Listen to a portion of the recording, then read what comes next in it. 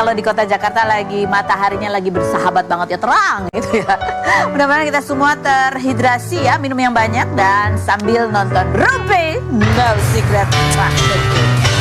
Selamat saya Karus, ada Daniel juga yang menemani kita hari ini dan sudah ada beberapa bintang tamu yang hadir untuk berbagi ceritanya maupun untuk membuat klarifikasi ya. Tapi kita mau jawab dulu yuk untuk bahas yang lagi rame banget diperbincangkan bahkan dari semalam ya, dan itu menuai komentar netizen baik itu untuk hal-hal yang datang dari dunia nyata maupun dari dunia maya. Ini adalah dari dunia nyata ya, dan tapi ini ramenya udah dari semalam sih, kita udah menerima beritanya walaupun akhirnya baru diklarifikasi berita sejelasnya tuh hari ini ya, yaitu tentang kabar Virgon yang ditangkap atas kasus dugaan narkoba. Kasus apa sih? Pokoknya kemarin tuh ada artikelnya bunyinya kasus penyalahgunaan narkoba, sampai ada netizen yang bingung gitu ya. Kok penyalahgunaan narkoba? Berarti kan salah guna. Yang benar jangan pakai ya kan gitu ya. Ini ada artikelnya. Virgon ditangkap kasus narkoba bareng wanita di kos di Jaksel ya. Kalau kita lihat di postingan terakhir Virgon sih kan langsung tuh ya, begitu ada kabarnya aku pun termasuk yang kepo langsung lihat ke Instagramnya Virgon apa sih. Ternyata kayak 5 jam sebelum berita rilis bahwa dia ditangkap itu dia lagi share dia lagi nyanyi di Labuan Bajo, di Bajo gitu kan.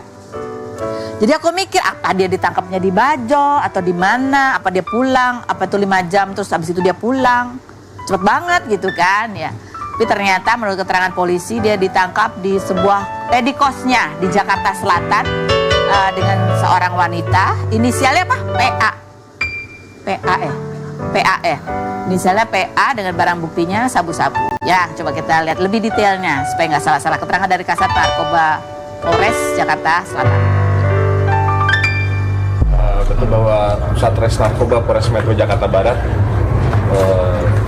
1 hari yang lalu telah mengamankan 2 orang yang diduga melakukan tindak pidana penyalahgunaan narkotika. Yang pertama seorang pria inisial PPP, pekerjaan musisi, dan yang kedua adalah seorang perempuan atas nama PA. Barang bukti yang kami dapatkan adalah narkotik. Kami amankan di daerah Ampera, Jakarta Selatan. Kapan? Pada tanggal 20 Juni jam 1 malam. Di rumah atau di kos? Mohon maaf ya, ditangkapnya memang di kos-kosan di area Jakarta Selatan. Tetapi itu ditanganinya oleh Polres Jakarta Barat. Ya, kalau dari keterangan yang ini tuh ya, itu tadi itu kan. Oke. Nah, ini menuai banyak komentar, ada yang aduh apalah gitu salah satunya, tapi ada juga yang menyayangkan karena di bulan Agustus itu rencananya band Last Child, itu bandnya Virgon itu akan mengadakan konser gitu. Jadi kalau kena kasus narkoba terus gimana ya kan. Ini postingan terakhir tadi udah ya, postingan terakhirnya Virgon. Nah, kita menuju ke postingan-postingan lainnya dong, postingan mantan istrinya Inara, postingannya ibunya, kakaknya gitu ya. Karena kan sejak kasus perceraian Virgon dan Inara itu terkuak, ya itu juga ada banyak keluarganya juga yang kemudian menjadi sorotan gitu ya. Jadi kita lihat sekarang artikel ya, Last Child bakal gelar konser tunggal Agustus mendatang. Tuh. Ya. Postingan terakhirnya dia ini di Bajo. Nah, terus orang jadi pengen tahu seperti apa reaksi mamanya dan juga kakaknya Virgon gitu kan.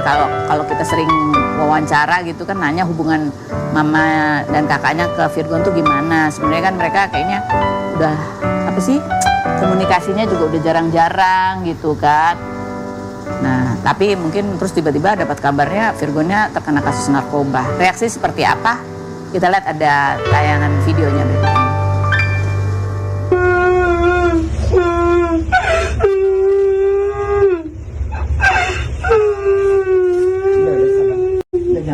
Kita tengok dia kayak udah sabar kayak ada pikirnya kayak udah kita tengok sabar dulu.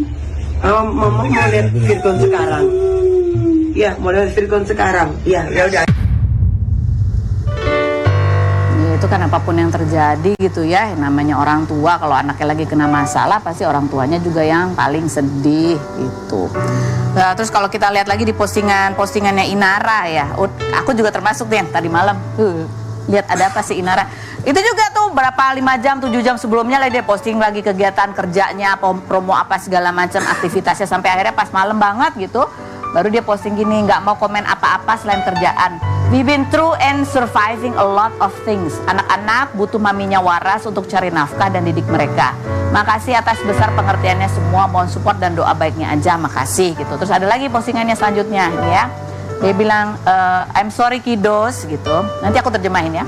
I've done my part. I've tried my best to save him. No matter how it makes them misunderstood. I'm so sorry ya. Artinya adalah dia minta maaf ke anak-anaknya. Dia bilang dia waktu sebagai istri kayaknya gitu ya sudah berusaha menjalankan tanggung jawabnya untuk mencoba mengingatkan, menyelamatkan him tuh ya mungkin maksudnya bapaknya anak-anak gitu ya. Ya walaupun mungkin tindakan-tindakannya itu seringkali disalahartikan gitu, tapi dia tetap minta maaf ke anak-anaknya. Ini kita duga ini ya masih berkaitan dengan berita penangkapannya Virgon. Ya gitu kan. Komentar netizen dulu baca. Ya gayanya gitu. Nah aku mau baca. Ini komentarnya Feby Carol nih kakaknya ya, hancur hatiku katanya gitu. Yang berikutnya. Ini komentar netizen ya, pasti depresi ya ditinggal Inara. Lagian sih lu udah dapat bidadari nyarinya Nyi Ronggeng katanya gitu. Siapa sih sebenarnya? Setelah aku Apex sekarang Virgon, doa istri sah itu di atas segalanya gitu ya. Komentar netizen lainnya. Selingkuh sama narkoba, paket komplit gitu. Yang berikutnya, emang begitu kalau udah nyakitin istri nggak perlu terkejut gitu. Yang berikutnya, kau borong bang, semua kategori buruk. Yang berikutnya komentarnya adalah, emang gak pernah salah, Allah selalu memisahkan kita dengan orang yang salah meskipun awalnya terasa berat, selalu ada hikmahnya. Menyala doa-doa istri katanya gitu. Yang berikutnya ada lagi komentar ya, gak ada. Ya begitulah ya. Begitulah ya. Kemarin kan terakhir tuh ribut juga soal masalah apa sih gonogini, royalti apa segala macam ya. Ributan soal duit-duit harta ya. Padahal ya udahlah, hidup ini nggak ada yang abadi. Baik. Nah, sekarang kita menuju ke bintang tamu kita selanjutnya, ini juga yang sempat mewarnai berita hot kita, yaitu seputar berita seputar yang menyangkut Anji Manji gitu ya. Kemarin sempat ada rapper yang bernama panggungnya adalah Sexy God atau Reynaldo Martin yang sempat spill istrinya sempat bergabung di manajemennya Anji, kayaknya mau bikin kolaborasi apa, tapi ada kecurigaan ada hubungan yang lebih dari itu gitu yang dilontarkan oleh sang suami yaitu Reynaldo Martin. Dan kemarin Ray ini juga menggelar press conference gitu ya, menjelaskan semuanya apa sih yang sebetulnya terjadi, benarkah ini sebuah kecurigaan atau apa gitu, apa tindakan selanjutnya, ada apa gitu. Kita lihat dulu profilnya berikut ini. Reynaldo Martin atau Sexy God, rapper kelahiran 1995 yang pernah merilis lagu berjudul Wagelase dan telah ditonton 9,7 juta kali ini, menikah dengan Juliet Angela, penyanyi keroncong yang tergabung dalam manajemen milik musisi Anji. 12 Juni kemarin, Sexy God membongkar dugaan perselingkuhan yang dilakukan oleh istrinya dengan Anji dengan memposting bukti tiket pesawat ke Thailand dan foto yang seolah menunjukkan keduanya berada di kamar hotel yang sama. Setelah speak up, Sexy God mengaku mendapat intimidasi dari seseorang yang mengaku sebagai kakak dari Anji, seperti mendatangi rumah keluarga Sexy God hingga dituduh menggunakan narkoba. Sebelumnya, Sexy God sudah digugat cerai oleh sang istri, begitupun Anji yang digugat cerai Wina Natalia pada 21 Mei kemarin setelah 11 tahun pernikahan. Melalui Instagram Story, Anji mengatakan akan melakukan press conference bersama istri Sexy God. Benarkah Juliet Angela pernah meminta izin untuk settingan dengan Anji namun dilarang oleh Sexy God? Dan benarkah Sexy God pernah menelantarkan anaknya? Saksikan kisah selengkapnya hanya di Rumpi No Secret. Baik, sekarang kita sudah bersama dengan Ray ya, sepertinya Ray ya. God boleh juga, oke. Dan dua kuasa hukumnya yaitu Bang Subadria dan juga Bang Stein. Dan langsung saja kita masuk ke ruang gelar perkara. Oke, kita mau lihat dulu artikelnya ya. Anji diduga selingkuh dengan istri rapper Sexy God, gitu ya, kamu, gitu ya. Karena berdasarkan dari postingan-postingan yang sempat kamu bagikan di sosial media kamu, dan kemarin juga kamu sempat membuat press conference gitu ya. Tapi sebelumnya mungkin kita mau tunjukin dulu gitu ya, apa sih sebetulnya, kenapa sih ini bisa ada kecurigaan seperti itu. Dan ini istri kamu yang akrab disapa Jello ini juga adalah seorang penyanyi keroncong gitu ya. Kita lihat ini beberapa kompilasi penampilan dari Juliet Angela berikut ini.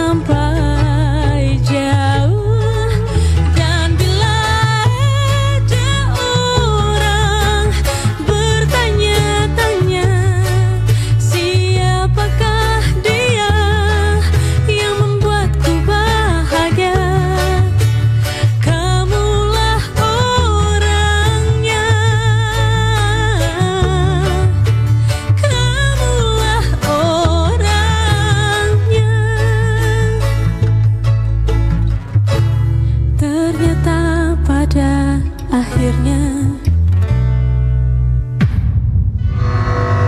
Oke, baik. Nah, kita mau nanya, kamu kan kemarin menggelar press conference gitu ya. Apa sih sebetulnya mendorong kamu untuk akhirnya menggelar press conference gitu untuk menjelaskan semuanya? Nggak ada yang mendorong aku sih. Aku cuman mau kebenaran aja. Kebenaran? Ya, aku cuman mau mengungkap kebenaran.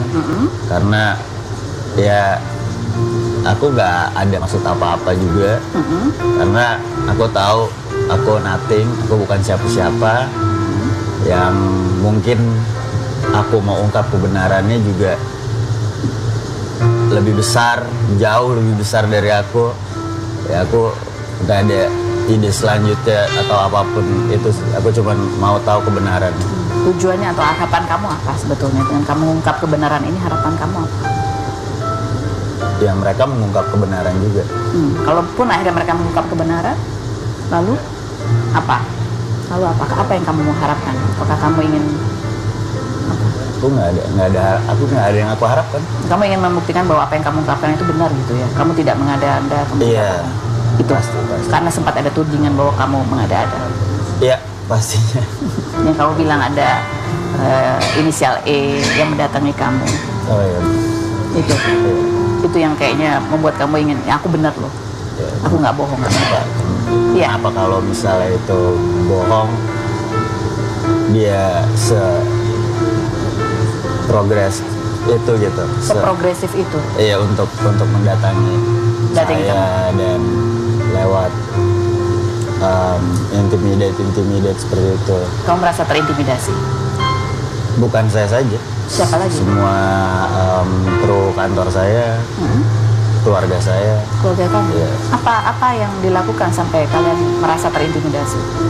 Mungkin Kuasa hukum bisa menjelaskan. Jadi si E ini yang mengaku sebagai kakaknya A, itu dia mendatangi kantor, yang mana itu kantor itu adalah kediaman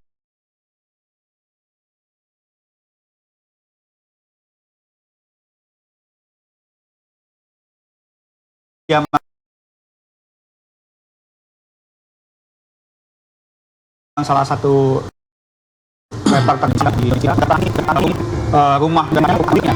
Dan kan banyak mengatakan banyak hal yang belum bisa dibuktikan kebenarannya. Kalau dibilang masih pakai narkoba, ini kantor bisa gue gebek nih, gitu. Terus dia sempat ngaku sebagai anggota institusi psikologi. Dan terus dia juga ngomong, ini rumah ini kalau hidup-hidup gue beli aja deh. Dia ngomong banyak hal yang nggak ada hubungannya. Dan menurut kami, dia bukan orang yang berkompeten di sini. Karena yang bermasalah A dan J. Kenapa nggak A dan J aja datang langsung selesaikan? Kalau memang mereka merasa ada masalah hukum, ya selesaikan jalur hukum. Ini kan gaya-gaya premanisme, datang ke sana mengintimidasi secara psikologis. Dan itu bukan hanya datang loh. Dia bikin story, dia ada WA ke ini ngancam-ngancam ke WhatsApp. Banggut, ya WhatsApp.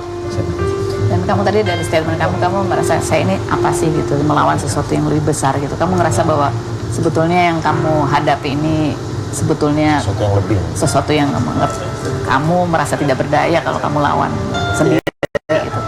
Ya saya hanya mengandalkan Tuhan yang saya percaya aja. Saya nggak ada ide apa-apa lah. Yang saya bilang tadi, saya tahu dia lebih besar, jauh di atas saya nggak ada apa-apanya. Saya siapa? Saya nggak ada yang kenal saya juga. Jadi saya cuman kecewa pasti sebagai manusia kenapa harus ada kebohongan.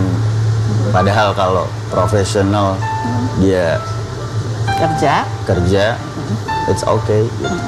Dan kamu kan sempat juga di preskon ya, coba kita lihat cuplikannya. Kamu sempat bercerita bahwa kamu sempat bertanya, ini progres kolaborasinya udah sampai mana, dan tidak ada jawaban yang memuaskan gitu. Tidak ada yang memuaskan atau emang tidak ada jawabannya? Tidak ada jawaban sama sekali. Tidak ada jawaban sama sekali. Kamu bertanya ke siapa waktu itu? Langsung saya mention yang terkait. Oh, lewat Instagram itu? Yeah. Oh, lewat Instagram. DM juga? DM story. DM story juga? Ya, story pasti kan masuk ke DM kan? Ya. Jadi istilahnya secara tertutup pun kamu pernah nanya gitu? Secara tertutup enggak. Saya langsung to the point aja. Kalau memang profesional kerja, kenapa harus diam terlalu lama gitu? Ya maksudnya kalau DM story kan orang nggak lihat ya. Maksudnya itu yang dimaksud dengan tertutup. Iya kan? Iya, pribadi. Pribadi gitu, direct gitu ya. Tapi itu nggak ada jawaban. Nggak. Saya nggak pernah DM dia secara. Enggak, yang dari DM story kan, sorry kan kamu. Oh iya, itu komentar. nggak ada jawaban sama sekali. Nggak ada jawaban sama Nggak ada. sekali. Sampai akhirnya kamu posting di feed itu Ya ya. makanya kan saya bilang tadi dia pasti sibuk ya, sehingga tidak bisa membaca pasti ya. Instastory yang saya buat bertanya progres. Kamu nggak pernah kirim WhatsApp langsung ke dia atau nelpon ke dia gitu bertanya? Personally saya nggak kenal. Kamu personally nggak kenal? Nggak kenal. Kayaknya kan kerjasama sama istri kamu ya? Aneh. Nggak pernah dikenalkan? Nggak. Ke istri kamu juga kamu pernah bertanya? Saya tanya. Terus? Saya tanya ya. Dia bilang akan kerjasama dan segala macam.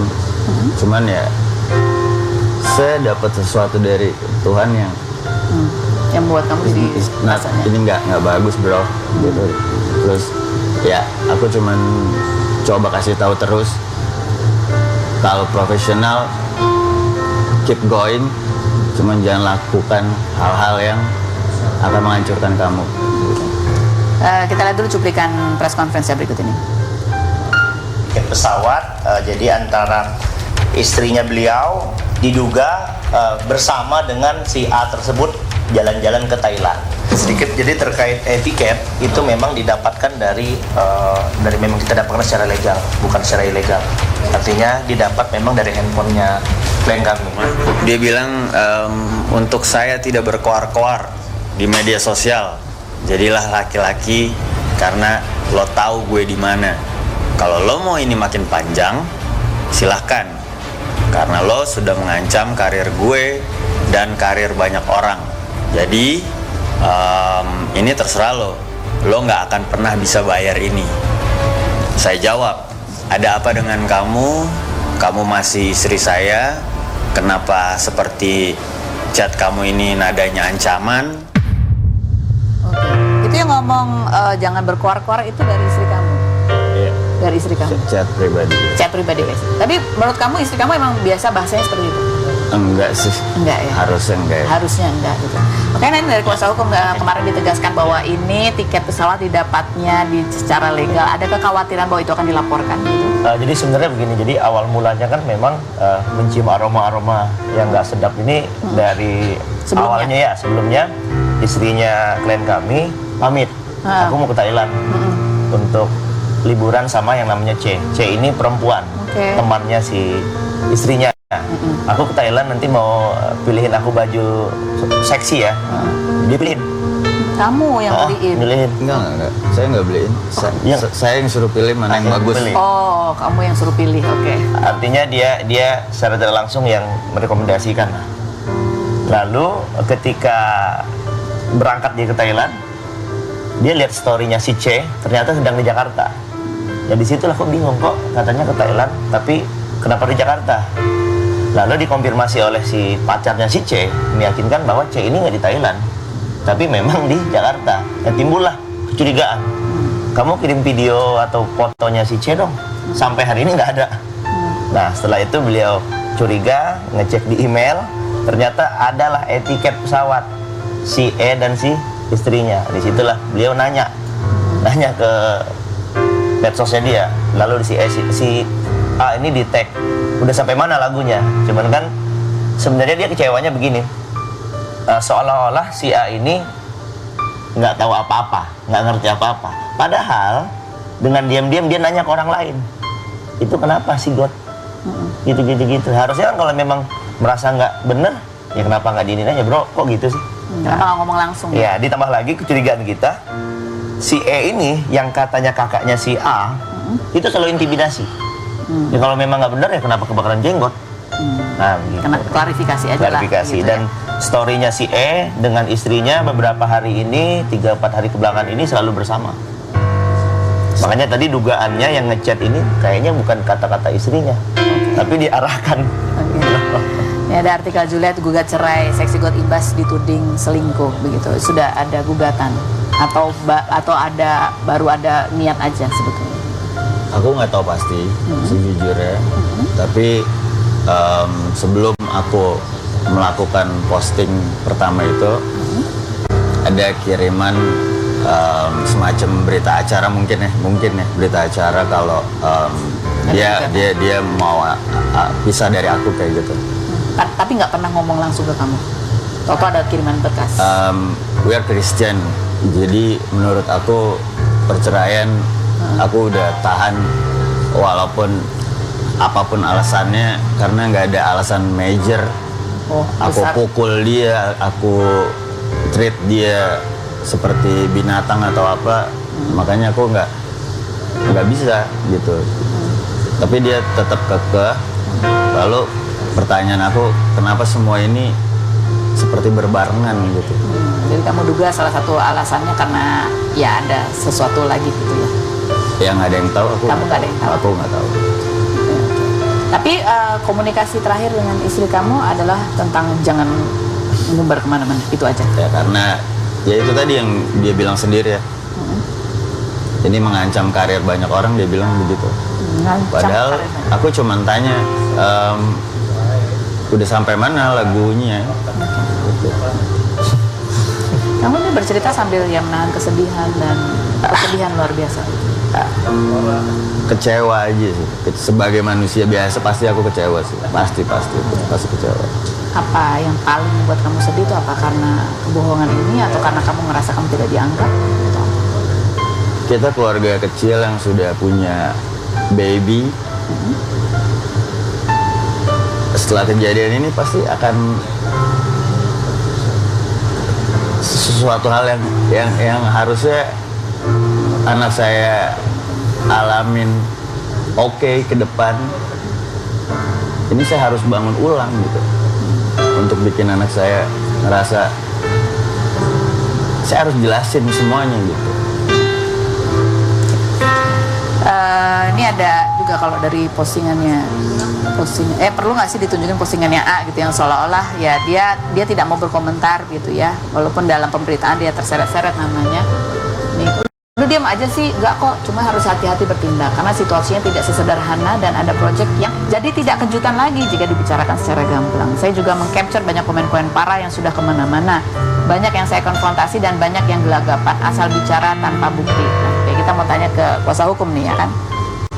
Ini mungkin imbas dari postingan yang dia ingin kebenaran, memaparkan fakta-fakta kan. Tapi kan ya di zaman sekarang nih kadang suka ada ancaman, nah ini pencemaran nama baik atau apa. Ini kalau dari kuasa hukum bagaimana? Ya kalau satu sisi yang saya lihat dan saya tanyakan kepada klien kami, dia tidak pernah menuduh. Tidak pernah menuduh. Tidak pernah menuduh. Ini kan opini liar netizen aja yang melihat postingan itu kan. Bahwasanya dia hanya memosting etiket ada nama dua orang itu dan dia menganyakan bagaimana itu awalnya, bagaimana kelanjutan proyek itu. Iya, gitu ya. lalu ada postingan-postingan. Tapi dia tidak menuduh, tidak ada lu selingkuh sama bini gue, nggak ada sama sekali. Hanya di tag aja, jadi nggak ada tuduh-tuduhan. Jadi yang menuduh itu justru ya netizen. Oke. Tapi kemudian perlu diklarifikasi melalui press conference setelah merasa mendapatkan ancaman itu tadi. Sebenarnya lebih ke ancaman ini sih, intimidasi ini kan yang lebih bahaya ya. Jadi justru kami akan mempersiapkan langkah hukum pastinya terkait intimidasi ini gitu. Oh, ada langkah hukum terkait intimidasi. Karena ini menurut kami sesuatu yang tidak baik, ini premanisme. Ini kan yang bermasalah sebenarnya si A dengan istrinya diduga ya ada dugaan perselingkuhan. Tapi kenapa kakaknya yang kebakaran jenggot? Dia bilang kita ada bukti videonya, rekaman. Si A kalau masalah-masalah begini nggak bisa turun, gue yang turun. Nah artinya kan secara tidak langsung diduga nih memang disuruh. Baik. Gitu loh. Jadi kamu sendiri terkait pernikahan kamu gitu ya, sebagai suami apa yang kedepannya kamu harapkan? Aku nggak tahu sih, aku nggak ada pikiran apapun sekarang. Aku cuman butuh guide dari Tuhan aja, udah. Kamu memaparkan bukti-bukti ya sebagai suami kamu ingin bertanya gitu ya, mungkin pada saat itu kamu resah, galau dan lain sebagainya. Jadi sebagai umat Kristen kamu berharap bahwa kamu bisa tetap mempertahankan pernikahan. Nggak tahu. Ya tapi ini salah satu bentuk perlindungan kamu begitu ya, karena tadi merasa ada intimidasi. Baik, kita ke bintang tamu kita selanjutnya gitu ya. Kita lihat dulu profilnya berikut ini. Abdul Latif atau Adul, komedian kelahiran 1983 ini mengawali karir membintangi sinetron Ratu Malu dan Jenderal Kancil pada 2002 dan populer sejak bermain di acara komedi Saatnya Kita Sahur bersama Komeng dan almarhum Olga Syahputra tahun 2008. 7 Juni 2024 di podcast Kiki Saputri, Panji Pragiwicaksono mengatakan kalau Adul sempat mengalami kebutaan akibat penyakit glaukoma hingga sempat dikerjai Komeng dengan mengajaknya jalan-jalan saat itu, namun tiba di tempat yang sama seperti di awal kepergian. Adul yang sedang menjual kontrakan 14 pintu ini membantah hal itu dan mengatakan kondisinya baik-baik saja meski memang ada selaput di matanya yang sempat akan dioperasi saat pandemi namun tidak jadi. Pria yang pernah menikah dengan Alia Nur Fatma pada 2010 dan dikaruniai seorang anak namun bercerai pada 2022 ini menikah lagi dengan Wenti Eri Fitriani pada Juni 2022. Seperti apa kondisi terkini Adul? Saksikan kisah selengkapnya hanya di Rumpi No Secret.